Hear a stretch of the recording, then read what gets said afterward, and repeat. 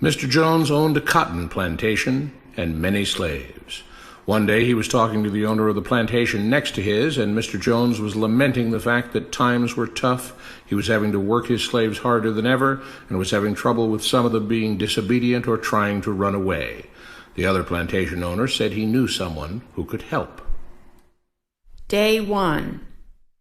One day Mr. Jones called his slaves together so a man named Mr. Smith could talk to them. Before beginning, Mr. Smith whispered to Mr. Jones, "Whatever I say, do not contradict me or interfere, and I promise you your slave troubles will end." "My name is Mr. Smith," he said to the slaves, "and this may be the happiest day of your lives. From today forward, you will no longer be slaves, but free men." Mr. Jones was so shocked he started to step forward, but Mr. Smith gestured for him to remain silent. He did, only because the other plantation owner had spoken so highly of Mr. Smith's skills. "You are no longer the property of Mr. Jones," Mr. Smith continued. "You are free. No more would you be forced to labor for the benefit of Mr. Jones. Now you can work for yourselves." Now the slaves were all murmuring and looking at each other. Many were smiling, many were looking puzzled. "In fact, you are now free to leave the plantation whenever you want," Mr. Smith said. "However, since we are surrounded by other plantations, if you leave, some other plantation owner will likely claim you as his own the moment you set foot on his property. So I urge you not to risk your newfound freedom by doing something so foolish. Instead, I suggest that you stay here, no longer as slaves, but as willing participants and part owners of this plantation. Yes, this is now your plantation." Mr. Jones bit his tongue to keep from objecting. "For now, we might as well leave Mr. Jones in charge," said Mr. Smith, "since he is the only one with any experience at running a plantation, which is quite a complicated thing to manage. But he will no longer be your master, but just another worker on the plantation. In fact, he will now be using his organizational and management skills to serve you. Whatever problems you may have had with him before, you are now all equals, and you need each other to make this work. If we all cooperate and work together, we can all reap the benefits together. In honor of this happy occasion, I present you this new symbol of togetherness and cooperation, this flag, which shall be the emblem of the new, free Jones plantation." He held up the new flag, but most of those listening were still too amazed to respond. "And this shall be our motto," Mr. Smith announced.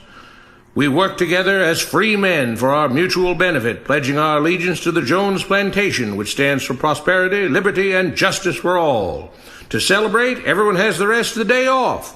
Enjoy your freedom, do as you please, and be back here tomorrow morning, bright and early, so that we may begin work on this great and noble new endeavor as equal free men." Finally convinced that Mr. Smith was serious, the former slaves applauded and cheered. Day 2.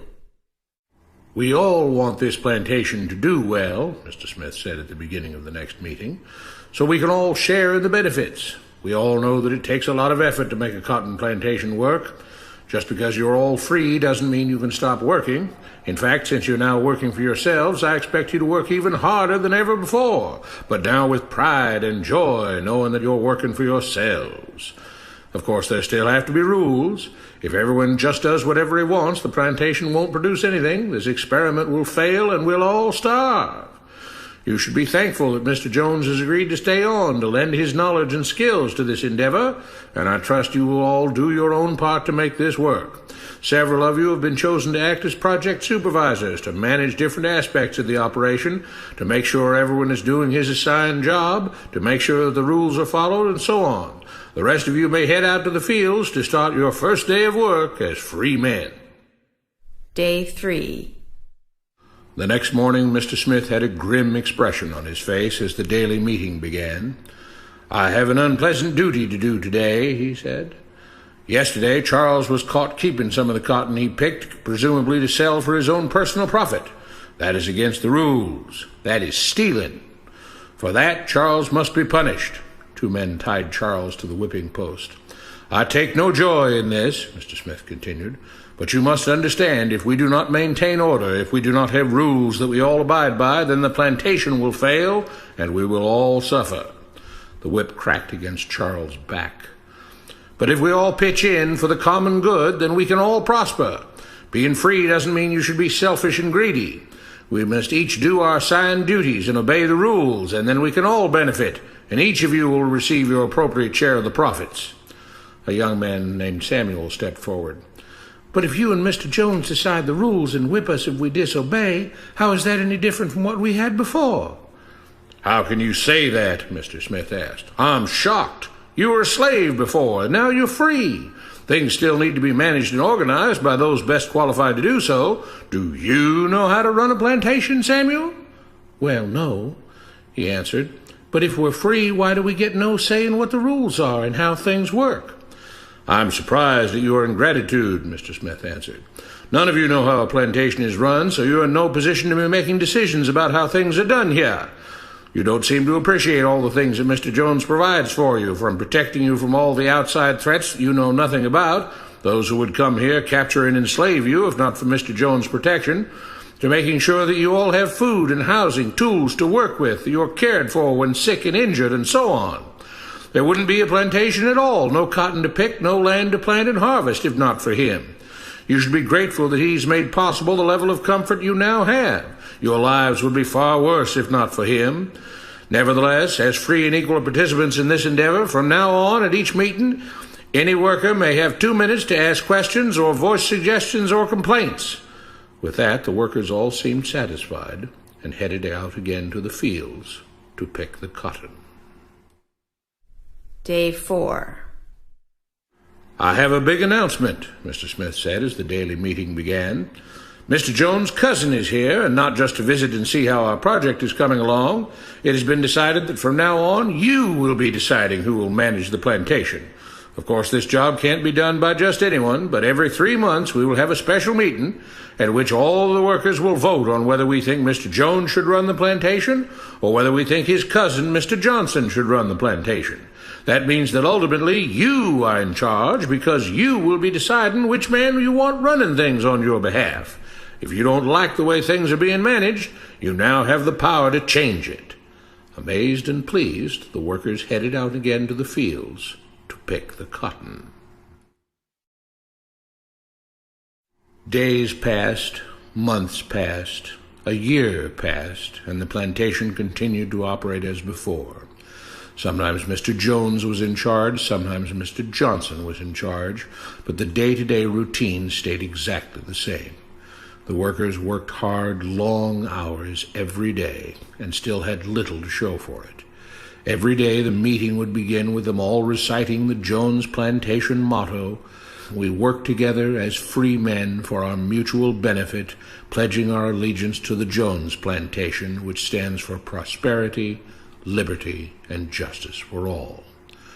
One day Mr. Smith announced, "Samuel is asked to say a few words this morning, and whatever the rest of us may think of his ideas and opinions, we are all free here, and that means we are all allowed to speak our minds.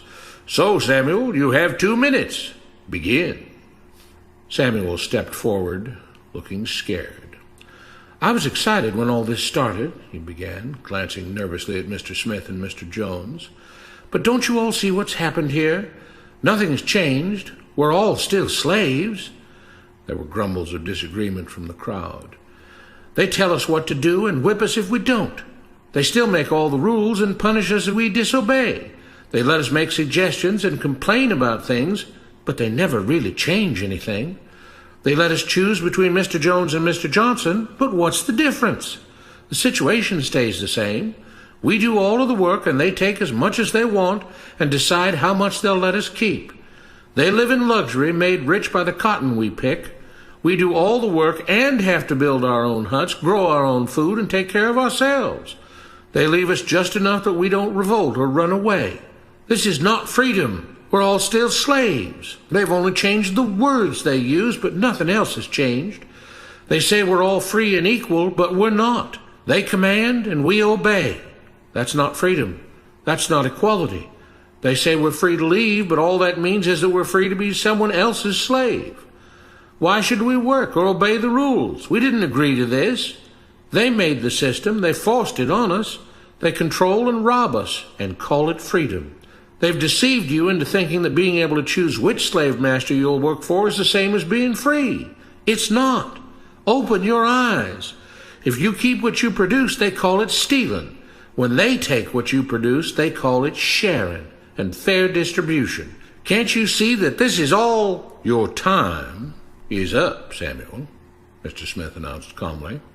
At his gesture, two supervisors grabbed Samuel by the arms and led him to the whipping post. I'm sorry, Samuel, but you've broken the rules. There are rules against encouraging others not to work and encouraging others to break the rules. You're only hurting all of us with your discontentment and your complaining and your disobedience. The whip fell, and Samuel let out a grunt. Without rules, without order, all would be lost. Without law, there would be chaos. We can't just behave as wild animals, each doing whatever he pleases. We must all follow the plan and all do our duty for the betterment of everyone. And those who do not must be punished. The whip fell again, and blood flowed freely from Samuel's back. Samuel, it is you who are stealing from the others. When you don't do your assigned work, you are making more work for others. When you disobey the rules, it is you who are endangering the future of everyone else here. You are the thief. You are the criminal. You are the one trying to destroy the arrangement that keeps us all safe and prosperous. At every lash of the whip, the other workers cheered louder and louder, some yelling curses at Samuel. Being spoiled and selfish, you complain about everything, talking as if you're oppressed. But you are the one ruining things. You are the one keeping us from being all we could be. It is your greed and your rebelliousness that is hurting all of us. They all play by the rules, Mr. Smith said, gesturing at the others. What makes you think that you don't have to? You think you're above the law? There were loud yells of agreement as the whip fell again. We must maintain order, Mr. Smith proclaimed, to make this plantation great, to make it so that we can all be happy and prosperous. To have the society we want, there have to be rules. We all have to contribute our fair share to this great endeavor, and we cannot tolerate actions and attitudes that seek to undermine the amazing things that together as free men we have achieved and will continue to achieve. Mr. Jones was smiling as he gave Mr. Smith a pat on the back. The crowd was cheering so loudly that none of them had noticed that Samuel had died. What you have been taught about government and politics is no more accurate or reasonable than what Mr. Smith taught the slaves. If you're ready to look through the veil of rhetoric and propaganda to see the reality beneath, get a copy of The Most Dangerous Superstition. It will change the way you see the world.